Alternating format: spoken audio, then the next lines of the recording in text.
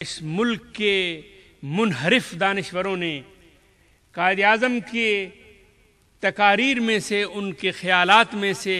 صرف ایک تقریر کو منتخب کیا ہے، اور وہ تقریر یہ ہے کہ اس ملک میں کوئی ہندو ہندو نہیں رہے گا اور کوئی مسلمان مسلمان نہیں رہے گا، اور وہ کہتے ہیں کہ یہ میں سیاسی اعتبار سے بات کر رہا ہوں، انفرادی طور پر تمہارے مذہب کے ساتھ مداخلت کا کوئی تعلق نہیں ہے۔ اس تقریر کو لے کر، اس کو توڑ مروڑ کر،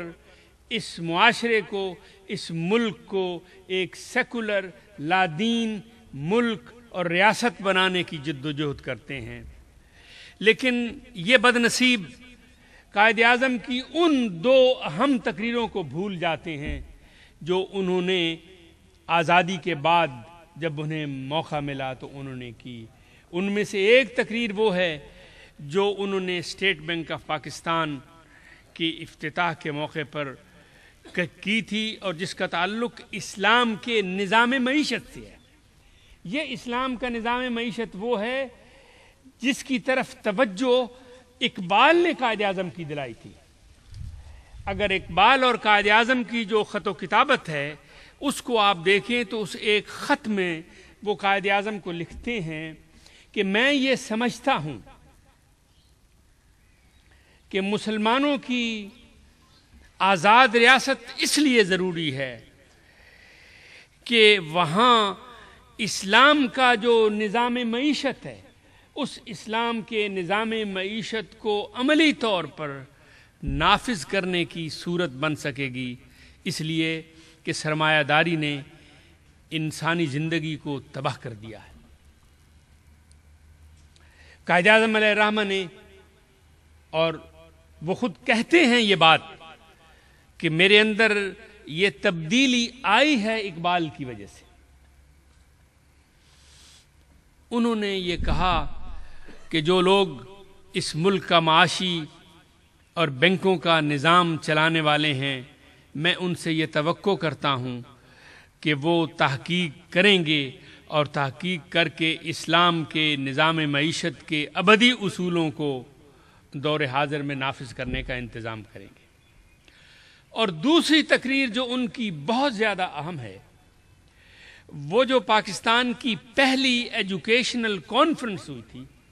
اس میں انہوں نے پیغام بھیجا تھا۔ اس پیغام میں انہوں نے یہ کہا تھا کہ ہم اپنے ملک کا ایسا نظام تعلیم منظم کرنا چاہتے ہیں جو دور حاضر کی سکلز ہیں، دور حاضر کی جو خصوصیتیں ہیں، دور حاضر کے جو علوم ہیں، ان علوم سے ہماری نئی نسلیں مستفید ہوں، لیکن وہ اپنے آئیڈیل سے، اپنی روایت سے اور اپنے دین کے ساتھ جوڑ کر اپنی زندگی گزاریں۔ بدقسمتی سے اس ملک میں جو لوگ برسر اقتدار رہے، جن لوگوں کے ہاتھوں میں اس ملک کی زمام اختیار رہی، انہوں نے ان دونوں پہلوؤں کو نظر انداز کیا ہے۔ چاہیے تو یہ تھا کہ اس کا نظام تعلیم انٹیگریٹڈ ہوتا، جس میں قدیم اور جدید کو ملا کر نئی نسل کو ان اصولوں کے مطابق تیار کیا جاتا جن اصولوں پر انہوں نے اسلامی زندگی کی رہنمائی دینا تھی۔ بدقسمتی سے اس ملک کے نظام تعلیم کو انگریزوں سے زیادہ انگریز بنانے کی کوشش کی گئی، بے دینوں سے زیادہ بے دین بنانے کی کوشش کی گئی، اور اسی پر اکتفا نہیں کیا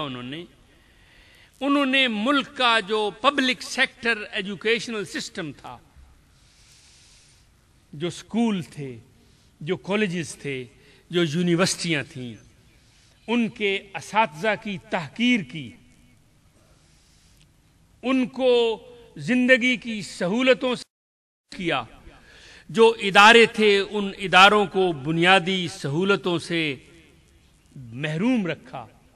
نہ فرنیچر مہیا، نہ کتابیں مہیا، نہ ماحول مہیا، اس کا نتیجہ یہ ہوا کہ سرکاری اسکول،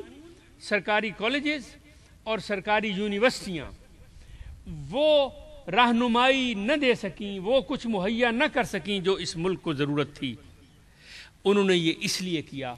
تاکہ پرائیویٹ سیکٹر میں صرف ان لوگوں کے لیے تعلیم رکھی جائے جو کھاتے پیتے لوگ ہیں، اور اس ملک کو چراگاہ بنا دیا۔ باہر کے اداروں کو اور باہر کی تنظیموں کو اور باہر کی NGOs کو اس ملک میں ادارے قائم کرنے کی اجازت دی، تاکہ اس ملک کا جو عام شہری ہے وہ اعلیٰ ترین تعلیم سے محروم ہو جائے، اور وہ صرف اس ملک کا جو کھاتا پیتا طبقہ ہے، اس ملک کے بیوروکریٹس، اس ملک کے عسکری آفیشلز، اس ملک کے انڈسٹریلسٹ اور اس ملک کے جاگیردار، ان کے بچے تو اعلیٰ تعلیم حاصل کرنے کے لیے زیادہ فیسیں دے کر حاصل کر سکیں، لیکن اس ملک کا عام آدمی جس نے جو اس ملک کی ریڑھ کی ہڈی ہے، جس کی بنیاد پر، جن کی خدمتوں پر، جن کے ٹیکسوں پر، جن کی سروسز پر ان کے گھروں کے چراغ جلتے ہیں اور جن پر یہ عیاشی کرتے ہیں، اس ملک کی بڑی آبادی کو انہوں نے اس سے محروم کر دیا۔ میں یہ سمجھتا ہوں کہ جو انٹیگریٹڈ سسٹم اقبال کی نظر میں تھا، اور میں نے پہلے عرض کیا کہ قائد اعظم اقبال سے انسپائر تھے، اقبال کے تعلیمی نظریات پر نظر رکھنے والے لوگ جانتے ہیں۔ ان کی ایک مشہور کوٹیشن ہے، ایک جگہ انہوں نے لکھا ہے کہ جو قوم اپنی نئی نسلوں کے لیے اپنی روایت، اپنے اخلاق، اپنے اصولوں کے مطابق تعلیم کو منظم نہیں کر سکتی، ان کی نئی نسل گرد و پیش کی غالب تہذیبوں میں گم ہو جاتی۔ اس ملک کے ارباب اختیار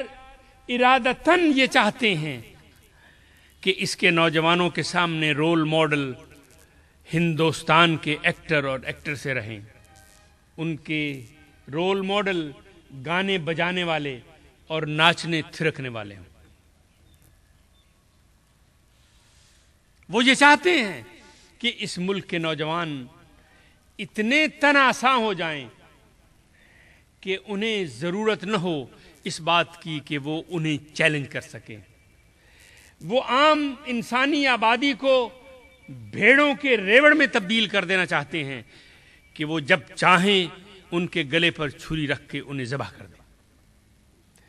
اس لیے میں سمجھتا ہوں کہ ان حالات میں اس طرح کا ادارہ جو ایک انٹیگریٹڈ ایجوکیشنل ایکٹیویٹی کو سامنے رکھے ہوئے ہے، یہ بڑی بات ہے۔ میں مبارک دیتا ہوں چودھری صاحب کو کہ انہوں نے اس شمع کو جلایا ہوا ہے۔ مجھے احساس ہے، میں نے اس گرد و پیش کے ماحول کو دیکھا ہے تو مجھے یہ پرائیویٹ اداروں کی طرح کا ماحول نظر نہیں آیا۔ ایک ایک کمرے میں 4 5 6 چارپائیاں پڑی ہوئی ہیں۔ یہاں اس کی تنظیم میں جو لوگ اس سے دلچسپی رکھتے ہیں انہیں چاہیے، میں ان کی خدمت میں یہ بات عرض کرنا چاہتا ہوں کہ وہ اس کو ایک ایسا آئیڈیل ادارہ بنائیں۔ محض اس انٹیگریٹڈ سسٹم سے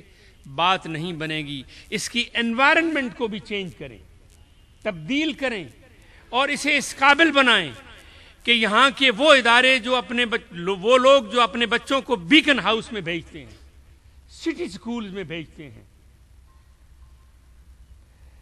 جو لبنان کی NGOs کا بنایا ہوا جوہر ٹاؤن میں جو مدرسہ ہے اس میں بھیجتے ہیں،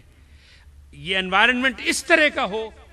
کہ وہ آپ کی خدمت میں آئیں اور آپ کو کہیں کہ ہم اتنی فیس دینے کے لیے تیار ہیں، ہمارے بچے کو داخل کیجیے۔ محض فارسی پڑھا دینے سے، عربی پڑھا دینے سے،